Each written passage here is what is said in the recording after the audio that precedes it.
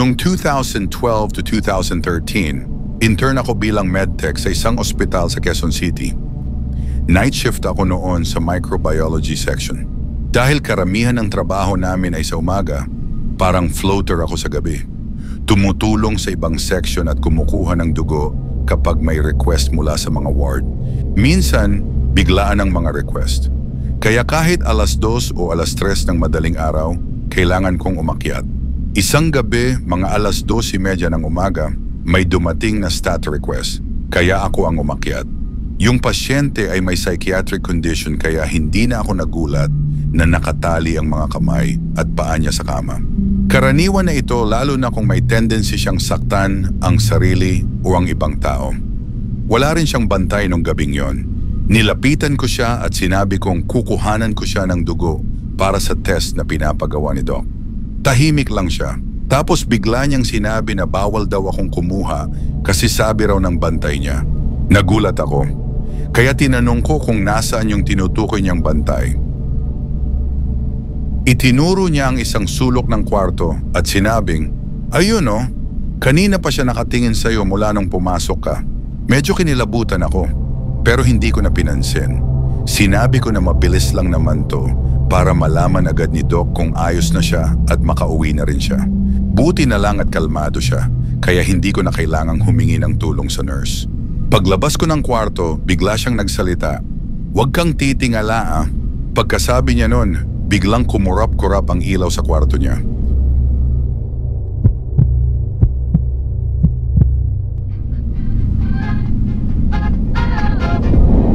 Alam mo ba ang pinakanakakatakot na graduation party sa kasaysayan ng Pilipinas?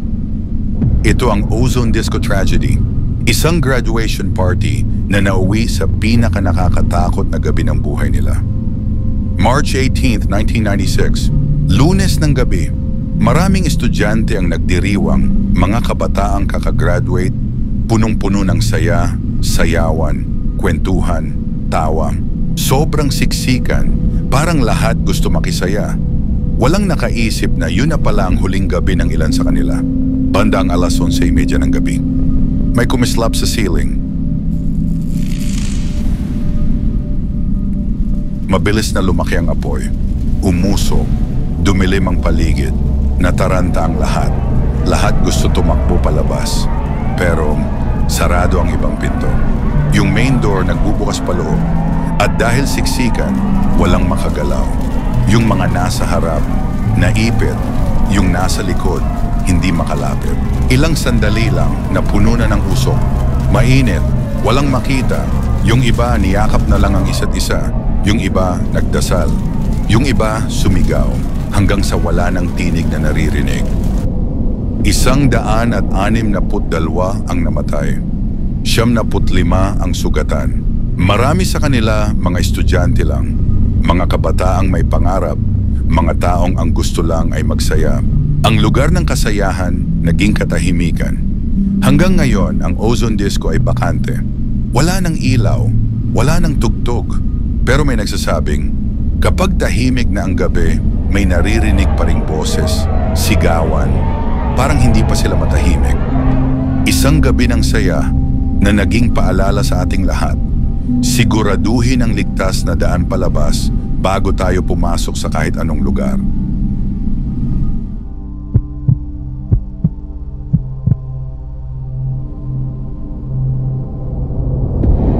Alam mo ba ang kwento sa likod ng Manila Film Center? Isa ito sa mga pinaka-controversial at nakakatakot na gusali sa Pilipinas. Noong early 1980s, pinatayo ito ni Imelda Marcos bilang parte ng kanyang cultural renaissance. Pero dahil sa pagmamadali para sa isang international film festival, pinilit tapusin ang gusali sa loob lang ng 3 buwan. November 17, 1981, isang malagim na trahedya ang nangyari. Bumagsak ang scaffolding habang may mga construction workers sa loob. Sinasabing mahigit 100 manggagawa ang natabunan ng quick-drying cement. Ayon sa ilang kwento, imbis na iligtas sila, itinuloy ang semento para lang hindi ma-delay ang proyekto. Ang mas nakakapangilabot, ilang araw pinagbawal pumasok ang mga rescuer. Ayon sa ilan, May mga bangkay pa raw na nakahalo sa mismong foundation ng gusali hanggang ngayon. Mula noon, maraming kwento ng kababalaghan ang lumabas. Mga iyak sa gabi, mga aninong gumagalaw, at mga multong nagpapakita. Multo ba sila ng mga naiwang biktima? O mga alaala lang ng isang trahedyang hindi pa rin tuluyang nalilimot? Ito ang kwento ng Manila Film Center, isang lugar na puno ng misteryo at trahedya. Kung totoo man ang mga kwento o hindi, isa itong paalala na ang mga alaalang ito ay hindi madaling malimutan.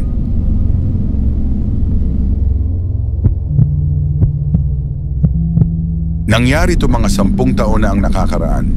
Gabi na yon at ako na lang mag-isa sa opisina. Nasa Agoncillo Building kami sa Taft, yung lumang building sa tabi ng Chowking. Nag-overtime ako. Akala ko okay lang kasi may guard naman siguro. Pero hindi ko alam, sinasara pala nila yung buong building ng alas 8 ng gabi. Mga bandang alas 11 ng gabi na ako bumaba. Pagdating ko sa lobby, madilim na lahat.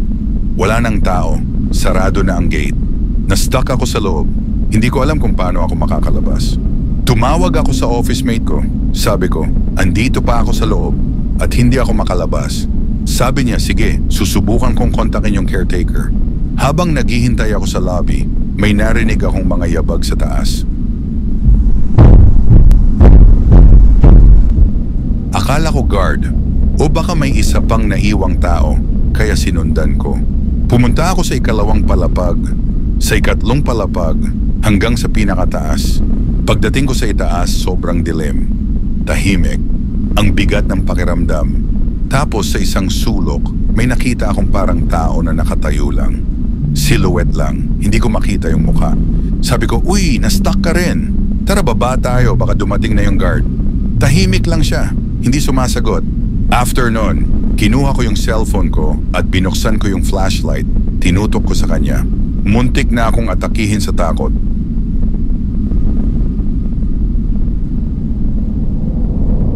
Hindi siya tao, para siyang halimaw. Itsura ni Freddy Krueger. Walang buhok, distorted ang mukha at nakatingin sa akin. Hindi na ako nag-isip. Tumakbo ako pababa ng mabilis, halos madapa pa. Pagdating ko sa lobby, buti na lang andun na yung caretaker. Sinabi ko agad sa kanya kung anong nakita ko. Nakatingin lang siya. Tapos ang sabi, oo, minsan nagpaparamdam talaga yun dito.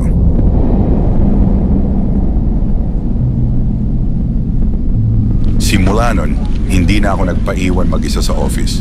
Kahit overtime pa yan, basta lagpas alas 7:30 ng gabi, umuuwi na ako. May mga lugar talaga na may bantay, hindi lang basta tao.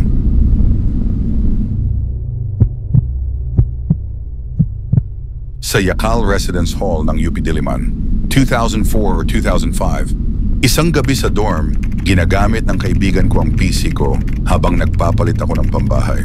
Binuksan ko ang cabinet para kumuha ng damit. Natawa siya at sinabing kasya raw ako sa loob. Pero bigla siyang tumigil. Tahimik na tumingin sa akin. Tapos biglang sinarado ang pinto ng cabinet at bumalik sa pagtatype na parang walang nangyari. Nagtaka ako at tinanong siya kung anong problema. Pero ayaw niyang magsalita. Kita sa mukha niya na natatakot siya. Tinawag namin ang isa pa naming kadorm para makasama sa kwarto. Parang dun lang siya nagkalakas ng loob magsalita. Nung may kasama na, saka lang niya binuksan ang tungkol sa nakita niya. Nagsalita siya sa Kapampangan. Hindi ko masyadong naintindihan, pero may ilang salita akong nakuha. Lalo na yung sinabi niyang patay na babae.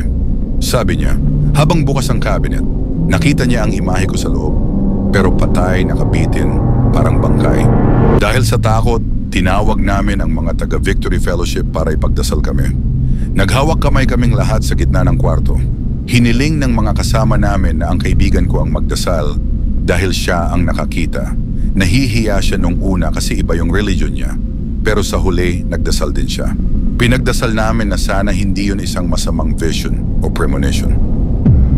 Pagkalipas ng ilang araw, may isang lalaking taga-church sa Katipunan ang lumapit sa isa sa mga Victory Girls.